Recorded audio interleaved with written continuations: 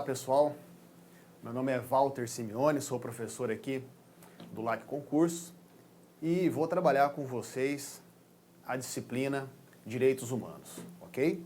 Bom, para quem não me conhece ainda, vou fazer uma apresentação rápida. Eu sou juiz de direito do estado de Mato Grosso, Tribunal de Justiça de Mato Grosso. Atualmente jurisdiciono a segunda vara civil da comarca de Jaciara, terra boa, 140 quilômetros de Cuiabá, terra das cachoeiras.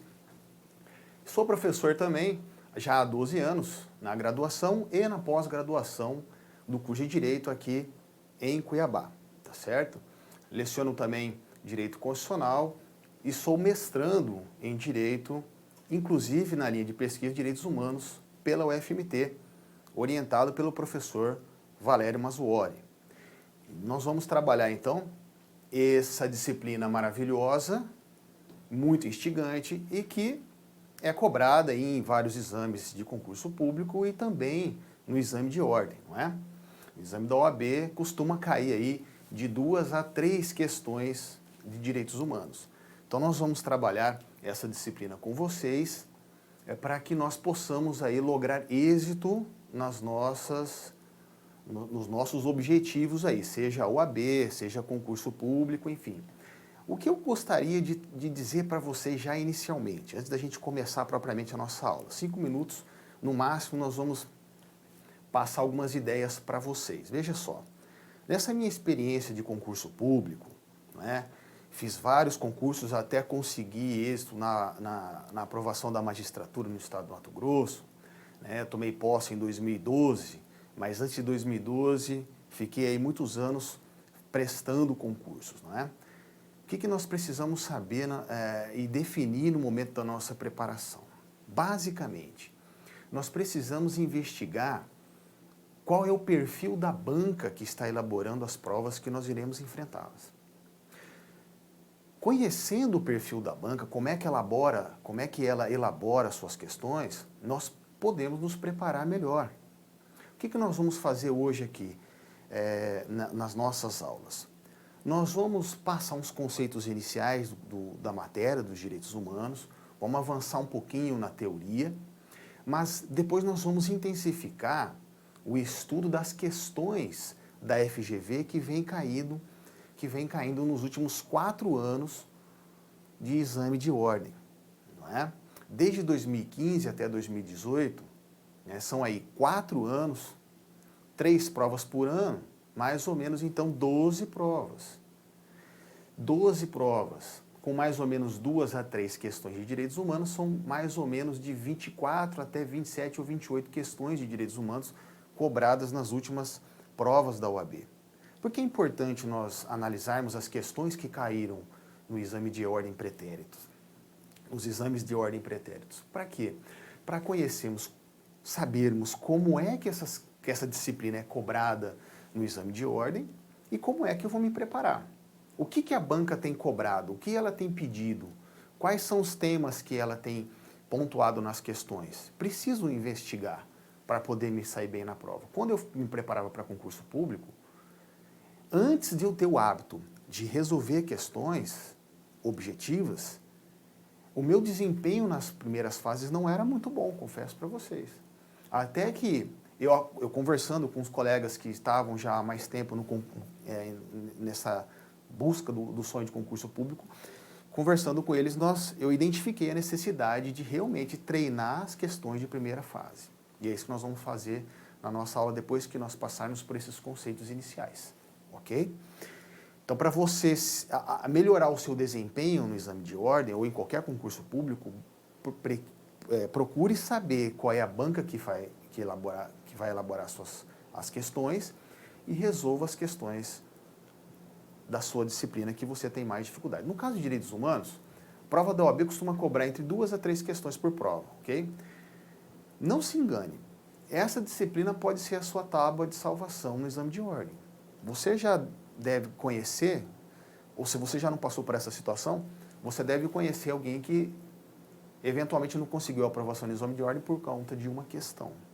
Então, quem sabe aí, se nós conseguirmos aí um norte para resolver as nossas questões de direitos humanos, nós possamos aí alcançar a tão almejada aprovação no exame de ordem.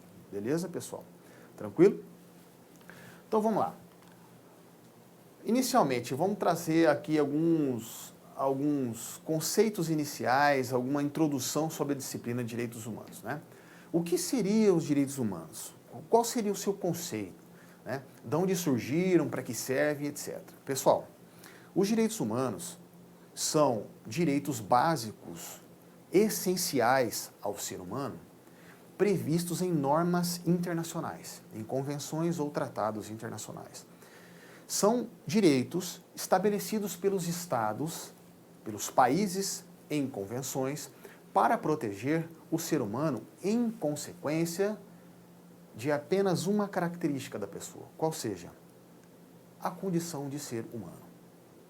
Então, quando os estados celebram tratados e convenções internacionais na proteção de direitos humanos, eles buscam proteger o indivíduo, a pessoa, contra as arbitrariedades do estado em que ela esteja, pelo simples fato da pessoa ser humano. Independentemente da sua condição financeira, independentemente da sua cor, do sexo, da sua origem, é ser humano, está protegido pelas normas internacionais de direitos humanos que aquele país onde a pessoa se encontre ratificou. Tá ok? Então, os direitos humanos, conceito básico inicial é esse. São direitos essenciais ao indivíduo, ao ser humano, previstos em normas internacionais para a proteção do indivíduo contra as arbitrariedades do Estado, protegendo o indivíduo que esteja sob a jurisdição desse Estado. Tranquilo? Agora, essa proteção do indivíduo, como eu disse, em face do abuso do Estado, ela ocorre independentemente da situação do indivíduo. Veja só, não se deixe enganar, mesmo um estrangeiro que esteja em situação irregular no Brasil, não é pelo fato dele estar em situação irregular, sem documento, enfim, que o Brasil, o Estado, pode desrespeitar os direitos humanos desse indivíduo. Se o Brasil ratificou tratados e convenções internacionais no âmbito do sistema interamericano, que nós vamos falar daqui a pouco, ou no sistema global da ONU, o Brasil deve respeitar os direitos humanos desse indivíduo, mesmo que ele esteja em situação irregular. É evidente que o estrangeiro que esteja em situação irregular no Brasil, ele pode passar por situações que venham a culminar até com a sua ou com a sua deportação, ou até mesmo com a sua expulsão. Nós vamos falar daqui a pouco, isso já foi cobrado inclusive em exame de ordem.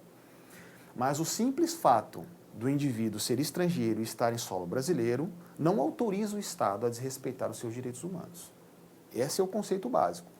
E esse conceito, essa proteção dos direitos humanos desses indivíduos, ele decorre de uma das características dos direitos humanos, que é a sua universalidade, que nós vamos falar daqui a pouquinho, ok? Mas como é que surgiram os direitos humanos? De onde eles vieram? Existe algum ato, alguma situação, um registro histórico que eu possa identificar como a certidão de nascimento dos direitos humanos? Pessoal, a doutrina identifica o surgimento dos direitos humanos de forma organizada e normatizada a partir do surgimento da Organização das Nações Unidas, a ONU, em 1945, com a edição da Carta das Nações Unidas. Não é? Veja, logo após o término da Segunda Guerra, onde houve as maiores atrocidades contra o ser humano que você possa imaginar, né? A Segunda Grande Guerra, existem informações que ela deixou até mais de 40 milhões de mortos e aproximadamente de 10 a 11 milhões de judeus foram dizimados durante a Segunda Grande Guerra Mundial. Então, grupo de pessoas foram dizimadas, exterminadas da face da terra pelo simples fato de se identificarem com uma determinada fé, não é? Então, todas essas atrocidades, toda essa violência contra o ser humano que aconteceu na Segunda Grande Guerra, fez os estados da comunidade internacional se reunirem para criarem a Organização das Nações Unidas. Ok? A partir daí, se identificou a necessidade de se declarar a existência dos direitos humanos. não é?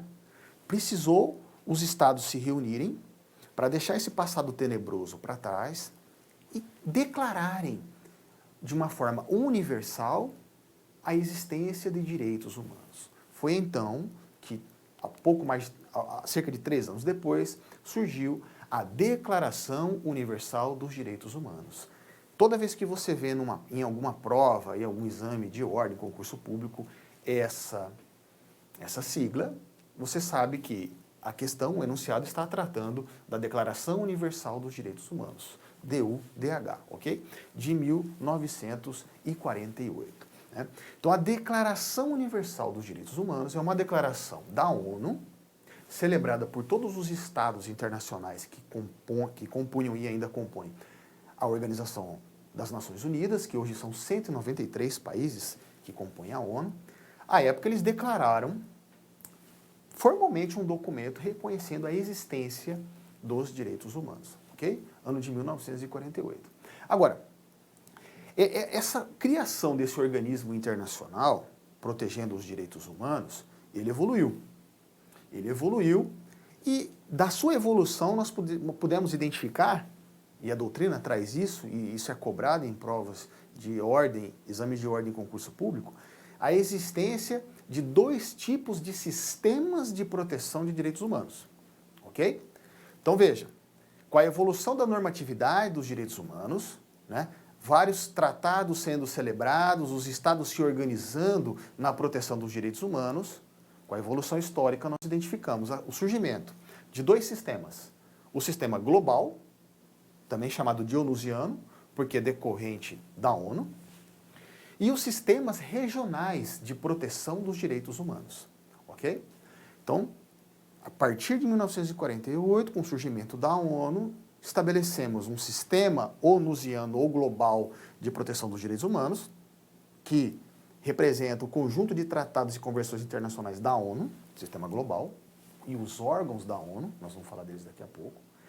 E além disso, surgiram também sistemas regionais de proteção de direitos humanos, envolvendo alguns blocos de países.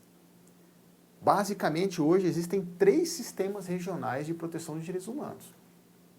O sistema interamericano, que é composto por 35 países do continente americano, continente norte-americano, América Central e América do Sul. 35 países que formam a OEA, Organização dos Estados Americanos. Então nós temos, o Brasil faz parte de 2 sistemas hoje, do sistema regional interamericano e do sistema global ou onusiano, porque o Brasil celebra e ratifica tratados internacionais tanto da ONU quanto do sistema interamericano. Nós vamos falar daqui a pouco de todos eles, ou dos mais importantes, fica tranquilo. Qual é o segundo sistema regional de proteção de direitos humanos? O sistema europeu de direitos humanos. O sistema europeu é formado por 47 países do Conselho Europeu. O seu principal tratado do sistema europeu é a Convenção Europeia de Direitos Humanos. E o principal, ou melhor, o órgão jurisdicional de direitos humanos do Conselho Europeu é a Corte Europeia de Direitos Humanos, que é composta também por 47 membros e automaticamente 47 juízes. Cada estado indica o seu juiz. E esse Tribunal de Direitos Humanos na Europa serve para analisar os casos jurídicos relacionados a violações de direitos humanos nos países da Europa. O terceiro sistema regional de proteção de direitos humanos é o sistema africano. O principal tratado internacional desse sistema africano é a Carta Africana de Direitos Humanos e dos Povos, de 1981, conhecida como Carta de Banjul, que entrou em vigor em 1986. O sistema africano de proteção de direitos humanos é composto por 53 países da África. O seu principal tribunal de direitos humanos desse sistema é o Tribunal Africano de Direitos Humanos e dos Povos, composto por 11 juízes. Ok? Então existem basicamente esses 3 sistemas regionais. O mais recente é o sistema africano, é o que ainda está em desenvolvimento. O mais evoluído é o sistema europeu, disparadamente. E o sistema interamericano está num sistema intermediário de avanço. Ele está bem mais avançado que o sistema africano, mas aquém ainda do sistema europeu de direitos humanos. Agora, meus amigos, Vamos ficar tranquilos. O que interessa para nós? Sistema global e o sistema regional interamericano. Ponto. Então, o sistema africano e europeu, para nós, por enquanto não importa, não interessa. Ok? Então, vamos lá. Um tópico importantíssimo que nós precisamos tratar e vai cair na sua prova, já tem sido cobrado em concurso público e em exame de ordem, de uma forma implícita, isso já caiu em concurso, e é uma discussão até hoje da doutrina, é a respeito da distinção dos direitos humanos e dos direitos fundamentais. Primeira pergunta, né? Aliás, na seleção do programa de mestrado, teve um examinador que perguntou isso para um candidato: doutor, direitos humanos é a mesma coisa que direitos fundamentais e vice-versa? Vamos lá, doutores. Os direitos fundamentais são aqueles direitos básicos, essenciais para que o indivíduo tenha uma vida digna, etc. Garante a proteção do direito à vida, igualdade, segurança, propriedade, liberdade, de acordo com o artigo 5º da Constituição, enfim, engloba todos esses direitos essenciais. São os direitos fundamentais. Só que os direitos fundamentais são aqueles direitos previstos no ordenamento jurídico interno do determinado país, geralmente nas constituições federais. Então, os direitos fundamentais são, sim, direitos básicos e essenciais, assim como os direitos humanos. Só que os direitos fundamentais estão previstos no ordenamento jurídico interno de cada país, de cada estado. Ok? Já os direitos humanos, não. Os direitos humanos também são direitos básicos, essenciais, de todo indivíduo, protegem a vida, o direito político, o direito social, os direitos civis da pessoa. Nós vamos trabalhar esses direitos ao decorrer das nossas aulas, só que os direitos humanos, eles têm previsão em normas internacionais, tratados e convenções internacionais. Por isso, nós podemos dizer que os direitos humanos são muito mais amplos do que os direitos fundamentais, porque os direitos fundamentais regulamentam determinadas situações apenas no âmbito do território daquele Estado, que previu os direitos fundamentais na sua Constituição. Já os direitos humanos, ele não vigora só no Brasil, vigora em todos os países dos continentes americanos que se sujeitam ao sistema interamericano, por exemplo. Ou todos os 193 países da ONU que ratificaram ou celebraram tratados internacionais e vincularam esses tratados nos seus estados. Então, os direitos humanos são muito mais amplos, ok? Do que os direitos fundamentais. No decorrer das aulas, nós vamos trabalhar melhor esse tema de tratados da ONU, do sistema interamericano, que são os dois sistemas que importam para nós, né? Ao longo das aulas nós vamos avançando um pouquinho mais sobre isso, especialmente na hora que nós vamos resolver as questões, ok? Mas quais são, então, as características dos direitos humanos? E aqui nós vamos trazer o rol das características trabalhada pelo professor Valério Mazzuoli no seu livro Curso de Direitos Humanos da editora Método, né? Ele, de forma bem didática e de forma bem sintetizada, ele explica uma por uma das características dos direitos humanos, ok? Primeira característica dos direitos humanos, a historicidade. Veja, pessoal, os direitos humanos, eles não surgiram da noite para o dia. Eles são frutos de uma evolução histórica da sociedade internacional, que se reuniu estados com estados, a sociedade internacional se reuniu para a celebração de tratados e convenções internacionais, protegendo os direitos humanos. Como nós falamos há pouco, nós podemos identificar como o nascimento dos direitos humanos no cenário internacional de forma organizada a partir do surgimento da Organização das Nações Unidas, a partir do surgimento da ONU. Tranquilo? Agora, lógico que isso não vai cair na sua prova, muito dificilmente isso vai cair na sua prova de OAB ou de concurso público. Existem doutrinadores, por exemplo, existe uma escritora americana, Lynn Hunt, que tem um livro sobre a evolução dos direitos humanos. Ela identifica, na visão dela, uma tese, né, que é muito interessante, inclusive. Ela identifica como o surgimento, o nascimento na história mundial dos direitos humanos a Declaração de Independência dos Estados Unidos, de 4 de julho de 1776. Não é?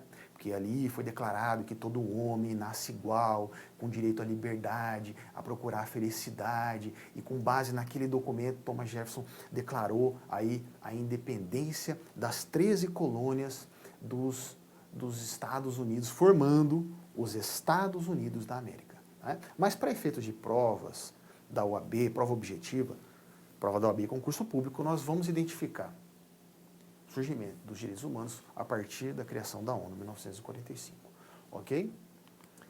Universalidade. Veja, pessoal, os direitos humanos, eles não protegem determinados grupos de pessoas apenas. Os direitos humanos, eles existem para proteger o ser humano de forma ampla e geral, pelo simples fato da pessoa protegida ser ou ter a condição de ser humano. Ponto. Nós vamos dar um exemplo daqui a pouquinho sobre essa característica aqui, um exemplo importantíssimo que tem a ver com o direito do preso estrangeiro. Tem a ver com o direito do preso estrangeiro. Quando um estrangeiro for preso no território brasileiro, em qualquer estado ou município do território brasileiro, esse preso estrangeiro tem um determinado direito, que nós vamos trabalhar daqui a pouquinho, só pelo fato dele ser estrangeiro. Não importa se ele está em situação regular ou não. Por quê? Porque uma das características dos direitos humanos é a sua universalidade. Independente da cor, do sexo, da origem, enfim. É ser humano? É. Os direitos humanos lhe protegem. Essencialidade. Assim como os direitos fundamentais, os direitos humanos tratam daqueles direitos mais básicos e essenciais ao ser humano. Ok? Irrenunciabilidade. Os direitos humanos não podem ser renunciados pelo seu titular. Ok? Então, os direitos humanos protegem o indivíduo independentemente da sua vontade ou não. É ser humano, os direitos humanos vão lhe proteger. Inalienabilidade. Os direitos humanos não podem ser transacionados. Ok? São direitos inalienáveis. Ok? Inexauribilidade. Os direitos humanos não se exaurem com os que já existem hoje previstos nos tratados e convenções internacionais. A qualquer momento pode surgir um tratado novo, uma convenção internacional nova, prevendo novos direitos humanos, porque eles são inexauríveis. Inexauribilidade, ok?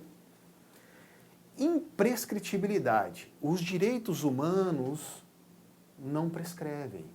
O titular dos direitos humanos não deixa de ser titular dos direitos humanos porque deixou de exercê-lo em determinado tempo. O que pode existir é a prescrição da pretensão da vítima, por exemplo, em provocar algum órgão internacional. Isso pode acontecer. Nós vamos falar daqui a pouquinho. Porque no sistema interamericano, a vítima pode denunciar uma violação dos direitos humanos à Comissão Interamericana de Direitos Humanos. Está lá na Convenção Americana de Direitos Humanos e no regimento interno da comissão. Só que dentre os requisitos para que a vítima possa provocar a comissão, um deles é que a vítima faça essa denúncia dentro do prazo de 6 meses. Isso não tem nada a ver com prescrição dos direitos humanos, ok? Isso é a prescrição da pretensão da vítima em provocar um órgão, é outra coisa. Os direitos humanos são imprescritíveis. Por último, vedação ao retrocesso, ou também conhecido na doutrina como efeito cliquet, ou proibição de regresso. Meus amigos, uma vez que os direitos humanos alcançaram proteção, eles não podem ser revogados. Eles podem avançar para proteger mais. Restringi-los e diminuí-los nunca. Vedação ao retrocesso. Ok? Efeito cliquet para você não esquecer. Quando você passa numa roleta de ônibus ou de qualquer lugar, quando ela dá aquele clique dela, ela não volta mais. Avançou para frente, não volta mais. Efeito cliquet. Ok? Os direitos humanos têm essa característica. Joia, doutores? Tranquilo? Então vamos lá. O que eu estava dizendo para vocês agora há pouco aqui. Um exemplo da característica da universalidade dos direitos humanos. Olha o que diz o artigo 36 da Convenção de Viena sobre Relações Consulares. Essa convenção internacional foi ratificada no nosso ordenamento jurídico, ela está em vigor no Brasil desde 1967. Ela foi ratificada pelo decreto 61078 de 67, ok? que diz o artigo 36 dessa Convenção Internacional? Vamos lá. Os funcionários consulares terão o direito de visitar o nacional do Estado que envia, o qual estiver detido, encarcerado ou preso preventivamente no território de outro Estado. Então, existe um estrangeiro preso em território brasileiro, o Brasil ratificou esse tratado. Existe um preso estrangeiro em território brasileiro, ele tem direito de ter um contato com o consulado do seu país de origem. Os funcionários consulares têm o direito de conversar e corresponder-se com o preso, providenciar a sua defesa perante os tribunais. Esse é um direito humano garantido ao preso estrangeiro em solo brasileiro, independentemente da situação desse preso, se ele estava em situação regular, irregular, se ele tinha documento, se não tinha, não interessa. Em razão da universalidade dos direitos humanos, esse indivíduo que está preso tem o direito à sua entrevista com o cônsul. Agora, o que acontece quando o Brasil, as autoridades brasileiras não cumprem essa norma internacional de direitos humanos? Imagina, nós estamos vivendo agora uma enxurrada de imigração no Brasil de venezuelanos, haitianos e tantas outras pessoas que sofreram as piores situações nos seus países de origem. E estão vindo ao Brasil, muitos deles em situação irregular. Então imagine que o estrangeiro desse, um venezuelano ou um haitiano, cometa algum determinado crime aqui em Cuiabá ou em qualquer local do Brasil e seja preso em flagrante. Ou que ele tenha passado por um processo de investigação, o delegado de polícia representa ao juiz pela decretação de prisão preventiva e o juiz, após a colheita do parecer do Ministério Público, decrete a prisão preventiva desse estrangeiro, ele é preso. E por qualquer outra situação ele é preso. Prisão em flagrante, preventiva, cumprimento de outro tipo de mandado, prisão temporária, prisão decorrente da condenação, não importa, foi preso o estrangeiro. Só que a polícia, o delegado de polícia, não se atentou para essa norma de direito internacional, o Ministério Público também não, o juiz também não. Ninguém deu a chance a esse estrangeiro, a esse venezuelano ou esse haitiano, de ter contato com o seu consulado. Qual é a consequência? O que acontece com esse caso específico? O que o STF decidiu a respeito? Primeiro, a prisão é nula, tem que ser solto. Segundo, todos os atos de persecução penal posteriores à prisão também são nulos. Por quê? Porque ofende uma cláusula constitucional do devido processo legal. Quando as autoridades brasileiras não observarem essa norma de direito internacional, o devido processo legal não foi observado. Volta-se a estaca inicial, estaca zero. Vejam esse precedente do STF na prisão preventiva para extradição. Prisão preventiva para extradição. Número 726, relator é o ministro Celso de Mello. Vamos ler com calma. Por quê? A gente tem que estudar isso aqui, pessoal, porque isso aqui pode cair. Primeiro que pode cair no seu exame de ordem, em qualquer outro concurso público, e outra. Se você, eventualmente, tiver um interesse de fazer uma prova de segunda fase penal, e esse tema de imigração está muito recorrente no Brasil, e se esse caso do exame de ordem versar sobre um estrangeiro preso no território brasileiro, se acontecer essa situação, pedido imediato que você vai ter que fazer, se for uma prisão preventiva, é de revogação da prisão preventiva, por descumprimento do Tratado Internacional. Se a ação penal já tiver avançado, você vai pedir a nulidade de todos os atos e voltar a estaca zero.